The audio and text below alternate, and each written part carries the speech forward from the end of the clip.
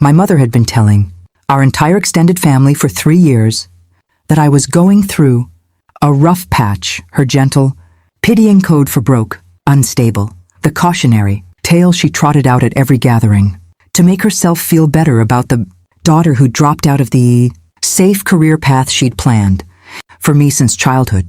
So when she and my father walked into a glass-walled office downtown for a scheduled vendor meeting about office furniture for my father's accounting firm, and the receptionist greeted them warmly by name and led them straight to the corner office with my name on the door, I got to watch in real time 3 years of quiet humiliation evaporate off their faces in about 4 seconds flat.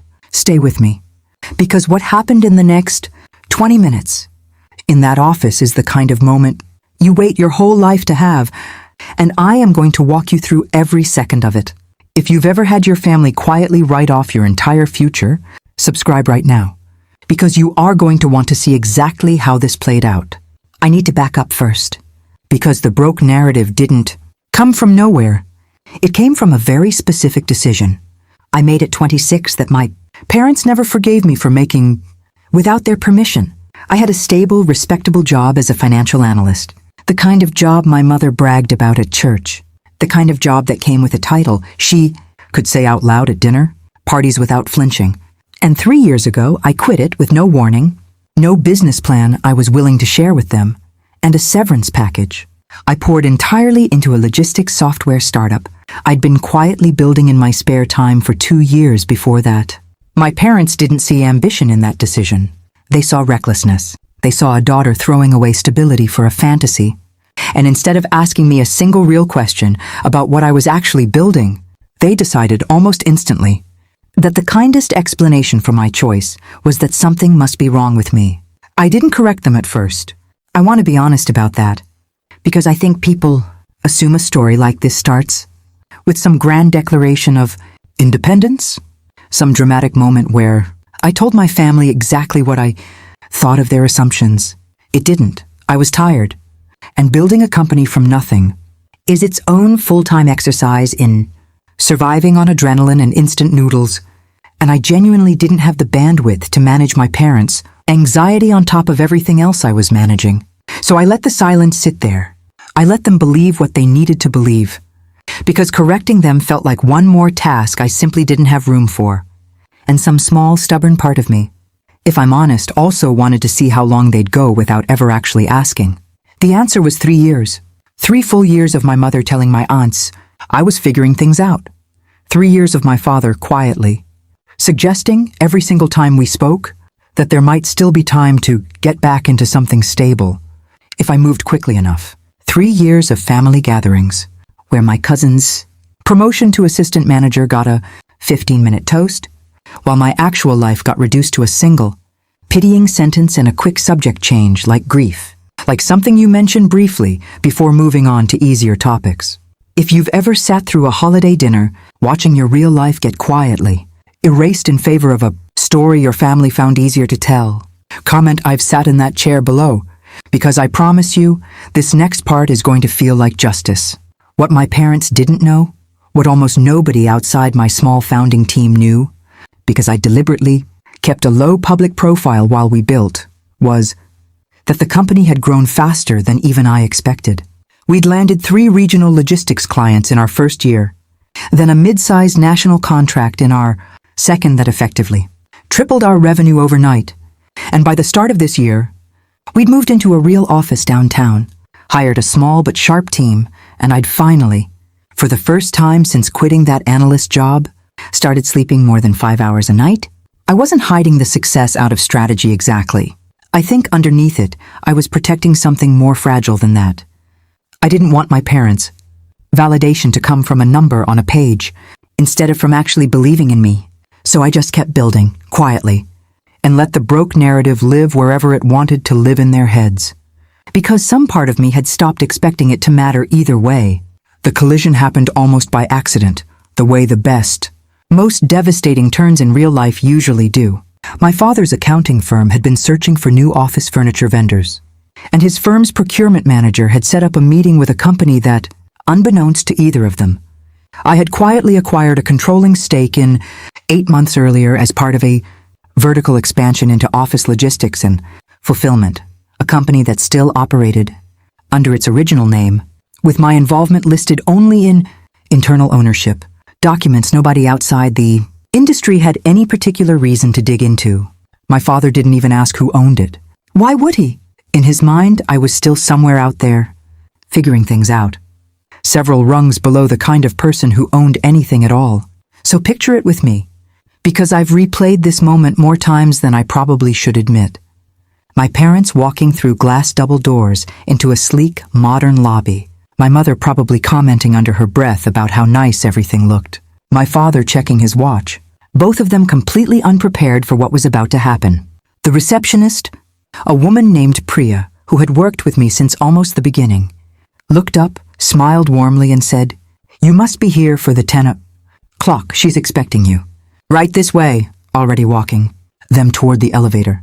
Before either of them had time to process the word she, I watched the whole thing unfold from inside my office through the glass wall, my heart doing something complicated and loud in my chest, because I genuinely hadn't planned this.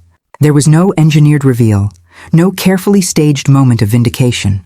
It was just 3 years of silence finally running directly into the truth, with absolutely nowhere left for either of us to look away. My mother saw me before my father did. I watched her face move through about 4 distinct emotions. In under 2 seconds, confusion, recognition, something that looked almost like fear, and then finally a kind of stunned, wordless disbelief that made her actually stop walking in the middle of the lobby. My father turned to see what had made her stop, and when his eyes landed on me, standing in the doorway of an office, with my name on a brushed metal plaque beside it, I watched 31 years of quiet, assumptions about who I was and what I was capable of simply collapse in real time on his face. Nobody said anything for what felt like an absurdly long moment. I finally broke it because someone had to, and because I realized, standing there, that I didn't actually want this to be a moment of cruelty. I just wanted it, finally, to be a moment of truth. "Hi, Mom. Hi, Dad," I said, my voice steadier than I expected it to be. "I think there's been a bit of a mix-up with the meeting. I own this company." My mother's hand actually went to her chest, the universal gesture of a woman trying to physically hold herself together. My father, ever the accountant, ever the man who needed numbers to make sense of feelings, just kept saying quietly, almost to himself, "You own this? This whole, you own this?" If you're bracing for me to tell you, I let them have it right there in the lobby. I need to be honest with you, because that's not what happened. And I think the real version is more satisfying anyway. I didn't yell. I didn't list off the 3 years of slights, the holiday dinners, the pitying sentences passed around like hors d'oeuvres. I just invited them up to my office, made them both a coffee with my own hands instead of asking an assistant to do it, and let the reality of the space speak for itself. The team moving briskly past the glass walls, the framed contract from our biggest client hanging behind my desk, the entire visual language of a life they had spent 3 years quietly mourning instead of asking a single real question about.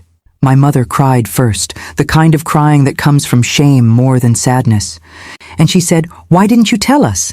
And I gave her the most honest answer I had, the one I'd been carrying for 3 years without ever planning to say it out loud. I tried. In the beginning, you decided what my life looked like before I ever had the chance to actually tell you. And after it just felt easier to let you believe what you needed to believe than to keep correcting a story you'd already decided was true. My father didn't say much that day. He's not a man built for big emotional speeches, but he stood up before they left, looked around my office slowly, like he was trying to recalibrate something fundamental, and said, "I'm sorry I assumed the worst instead of asking the best." It wasn't poetic. It wasn't even particularly warm. But coming from him, it was as close to an earthquake as I'd ever heard. Things are different now. Though I won't pretend they transformed overnight into some easy, uncomplicated closeness, because 3 years of quiet, erasure doesn't heal in a single lobby encounter, no matter how dramatic it looked from the outside. But my mother stopped telling the broke story to my aunts, obviously, and started slowly, clumsily, telling a different one instead. one with actual facts in it. One she has to keep updating now because the company keeps growing past whatever version of me she's still catching up to. My father asks real questions now. Careful ones, the kind that tell me he's genuinely trying to understand a world he spent years assuming I'd failed inside of instead of one I was quietly building. I think about that frozen moment in the lobby more than almost any other memory I have. My mother's hand on her chest, my father repeating, "You own this," like the words needed to be said 3 times before they could actually land. Not because I take pleasure in their shock, not really, but because it was the exact moment the story they'd been telling about me finally collided with the one that had been true the entire time. And for once, I didn't have to say a single defensive word to make the truth visible. It simply walked through a glass door and introduced itself. If this story hit something real in you, if your family ever decided who you were before giving you the chance to actually show them, tell me in the comments which moment hit hardest. The 3 years of silence, the lobby, or the coffee in my office afterward. I read every single comment, and they shape exactly what story I bring you next. Subscribe now if you want more raw, real stories about the families who underestimate the people they love most. Hit that notification bell so you never miss the next reveal, and stay close. Because the next story I'm telling you is even more unforgettable than this one.